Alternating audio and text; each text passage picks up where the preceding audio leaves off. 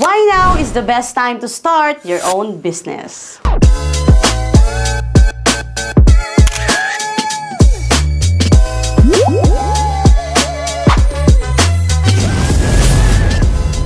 Welcome to Iron Intensity Q&A! So bakit nga ba ngayon? For me kasi, time is a moment na pag nawala na siya, hindi mo na siya pwedeng mababalikan. Correct. Kasi like for example, yes, kaya naman nating kumita ng ginagawa natin. Like for example, kung plano next month, next year, yes, pwede naman. But it's about time kasi na pinag-iisipan pa. Kasi ang dami kasi sa akin, Iron Lady, na bumabalik na, 2 years ago na ako nakakapasubaybay sa'yo. Oo. 3 years na, 2 months na, 2 years na, 1 year na nakapagsubaybay sa'yo. Sana pala sumabay na ako. Mo kasi makikita yung isang bagay kapag nawala na siya sa'yo. True. So for example yan, 1 year na, ang daming pwedeng mangyari sa'yo in 1 year.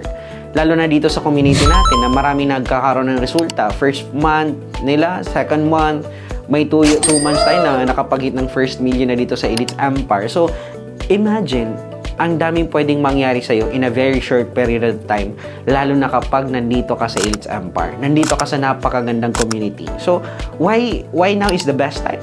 Kasi yan yung deserve mo. Yan yung deserve nating lahat. Kasi ako, kung hindi din ako nagsimula years ago dito sa ganitong business, sure ako, nagbabarko pa rin ako ngayon. Sure ako, nagatil-til pa rin ako taya, alam mo yun, shipping, painting pa rin yung ginagawa ko, nakikipagsagupa pa rin ako sa alon. Ngayon, kung hindi lang ako nag-decide years ago, ganun ka-importante yung one decision will totally change your life forever. And it's not about the resources na meron ka ngayon, but it's about kung gaano ka ka-resourceful na gawan mo ng bagay, gawan mo ng paraan para mabago buhay mo. Ikaw, Iron Lady. Nagkaroon ako ng desisyon na magsimula, even student ako. Kasi nakita ko yung life ng parents ko eh.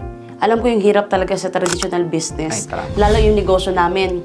Pupunta kami ng isla, namimili kami ng mga fresh fish, lobster, tapos pinapadala namin sa Manila. Then, before pa namin ipadala, ang daming re-ice, block of ices, tatanggalin mo na naman. Banyera yun. Banyera. So, na-experience ko kasi siya. Kaya that time, nung nakita ko tong negosyo na to, na kahit nasa bahay ka, kaya mong kumita, or kahit nagtatrabaho ka, dahil may system, kaya mong kumita, doon ako na-hook eh. Hindi ako na-hook sa income. Na-hook ako, doon may system. Kasi yung wala kami eh. Yung parang pag walay magulang ko, income stops din. Yung binabantayan namin, kailangan din namin bantayan. Baka mamaya kinukupitan. Alam mo yung ganon? So, yes, may negosyo yung kami, but we don't have, alam mo yung freedom or peace of mind. Because, hindi nga, pag wala yung negosyo, walang income. Pag nagnegosyo ka pa, challenge dyan, calamity. Because our business, kapag malaki yung alon, walang laot. Ibig sabihin, hindi kaya ng mga mangingisda na maghuli ng isda kasi nga malaki ang alon. Pag may bagyo, ganon din. Negosyo, stop din.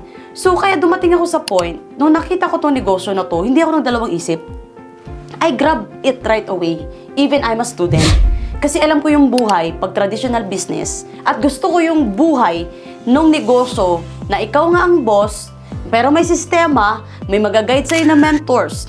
Kasi sa traditional business, taguan eh, ng recipe. Alam mo yung... Bawal i-share. Bawal i-share. Pag naging successful yung isang negosyo, tapos kaibigan mo, hindi agad-agad i-share yan. I-share man, pero hindi 100%. Kasi bakit niya i-share? Baka yung mga customer niya lumipat sa'yo. Correct. So doon ko nakita yung world of traditional business. Ganito pala. Parang it's really a competition. Kaya sabi ko, kung magde-negosyo man ako, this time alam ko na itong negosyo na to, yung mentor, ituturo niya sa akin 100% the best recipe. Bakit gumanda buhay niya? Kaya nung nakita niya na estudyante ako, mas lalo siyang na-inspire. Kasi alam niya na pag ako naging successful, napakaraming mai-inspire ko, iba't ibang background, iba't ibang may trabaho mai-inspire ko. Kaya nag-decide ako agad, and why ikaw din? Bakit ka magsisimula ngayon? Kasi sa panahon ngayon, napakaliit if mag-start ka na maganitong kapital. Napakaliit pag ang kapital mo ganito, magkano lang din yung income mo. Sabi nga, maliit ang kapital, maliit din ang kita. Pag sa traditional business, malaki ang puhunan, malaki din yung kita. E paano naman tayong mga normal na tao? We cannot afford maglabas ng malaki, 500,000, 1,000,000 para magkaroon ka ng water refilling station, magkaroon ka ng negosyo. Ang negosyo namin, traditional, napakalaki expenses, milyon. Kaya sabi ko that time, no. kung ako ay magnenegosyo, doon ako sa maliit. Pero alam ko, time will come, napakalaki din yung potential na resulta na may bibigay sa akin. Kaya ikaw din, if you want to start, now. Because hindi natin tinitingnan yung backgrounds or ano. Ako nga, estudyante eh. Kaya kung nakaya ng estudyante, kaya mo din.